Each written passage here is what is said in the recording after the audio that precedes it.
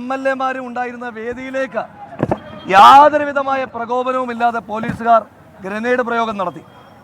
പ്രതിപക്ഷ നേതാവ് പ്രസംഗിച്ചുകൊണ്ടിരിക്കുമ്പോൾ കണ്ണീർ വാതകം പ്രയോഗിക്കുകയും അതുപോലെ തന്നെ നമ്മുടെ ജലപീരങ്കി അടിക്കുന്ന സാഹചര്യം ഉണ്ടായി.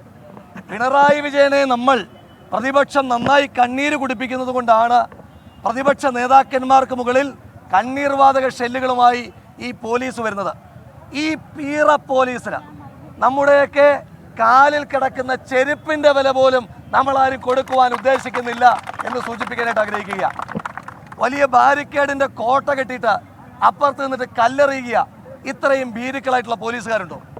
ധൈര്യമുണ്ടായിരുന്നെങ്കിൽ അവർക്ക് ഇനി ഒരു പോരാട്ടമാണ്, തെരുവിലെ പോരാട്ടമാണ് ആവശ്യമെങ്കിൽ അവർക്ക് ആ ബാരിക്കേഡ് മാറ്റി പുറത്തേക്ക് വന്നാൽ പോലെ.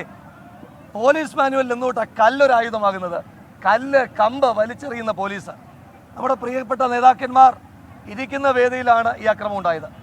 DCPയുടെ നേതൃത്വത്തിൽ, DCP ഇതിനകത്തെ ഒരു പപ്പറ്റ് മാത്രമാണ്. DCPക്ക് കൃത്യമായി നിർദ്ദേശം കൊടുത്തിരുന്നു ഈ പ്രകടനത്തെ, പ്രതിഷേധത്തെ അലങ്കോലപ്പെടുത്തുവാൻ. അതിനു വേണ്ടിയിട്ട് മാത്രമാണ് ഇന്ന് അകാരണമായി പ്രകോപനമില്ലാതെ നമ്മുടെ സമരത്തിന് നേർക്ക് ഇത്തരത്തിലുള്ള അക്രമം ഉണ്ടായത്. ഇന്ന് അല്പനായ കേരളത്തിൻ്റെ മുഖ്യമന്ത്രി തിരുവനന്തപുരത്തുണ്ട്. അയാളുടെ അല്പത്തരം കാരണം അല്ലെങ്കിൽ തന്നെ ജനങ്ങൾ പൊറുതിമുട്ടിയിരിക്കുകയാണ്. വഴി നടക്കാൻ കഴിയുന്നില്ല. തിരുവനന്തപുരം ജില്ലയിൽ നമ്മൾ കൂടുതൽ ബുദ്ധിമുട്ടുണ്ടാക്കുവാൻ പാടില്ല എന്നാണ് പ്രദേശ് കോൺഗ്രസ് കമ്മിറ്റിയുടെ അധ്യക്ഷനടക്കമുള്ള ആളുകൾ നമ്മളോട് നിർദ്ദേശിച്ചിരിക്കുന്നത്.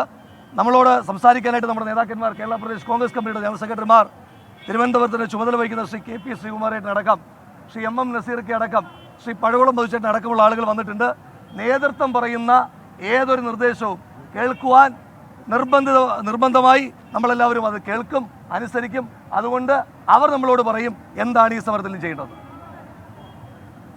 പ്രിയമുള്ള യൂത്ത് കോൺഗ്രസിന്റെ സംസ്ഥാന പ്രസിഡന്റ് ശ്രീ രാഹുൽ മങ്കൂട്ടത്തിൽ, കേരള പ്രദേശ് കോൺഗ്രസ് കമ്മിറ്റിയുടെ ജനറൽ സെക്രട്ടറിമാർ ശ്രീ MM നസീർ, ശ്രീ പഴകുളം മധു അടക്കം ഈ സമരത്തിൽ പങ്കാളികളാകുന്ന കോൺഗ്രസിന്റെ, യൂത്ത് കോൺഗ്രസിന്റെ, മഹിളാ കോൺഗ്രസിന്റെ നേതാക്കന്മാർ, പ്രിയമുള്ള സഹപ്രവർത്തകരെ, അക്ഷരാർത്ഥത്തിൽ പോലീസിന്റെ അഴിഞ്ഞാട്ടമാണ് ഇന്ന് ഈ തലസ്ഥാന നഗരിയിൽ നടന്നത്.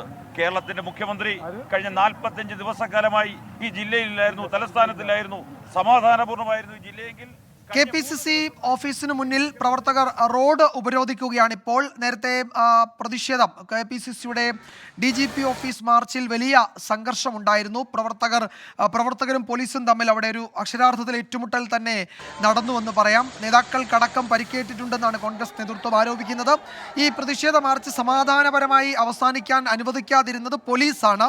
ഏകപക്ഷീയമായ ആക്രമണം അഴിച്ചുവിട്ടു എന്നാണ് കോൺഗ്രസ് നേതൃത്വം ഇപ്പോൾ ആരോപിക്കുന്നത്.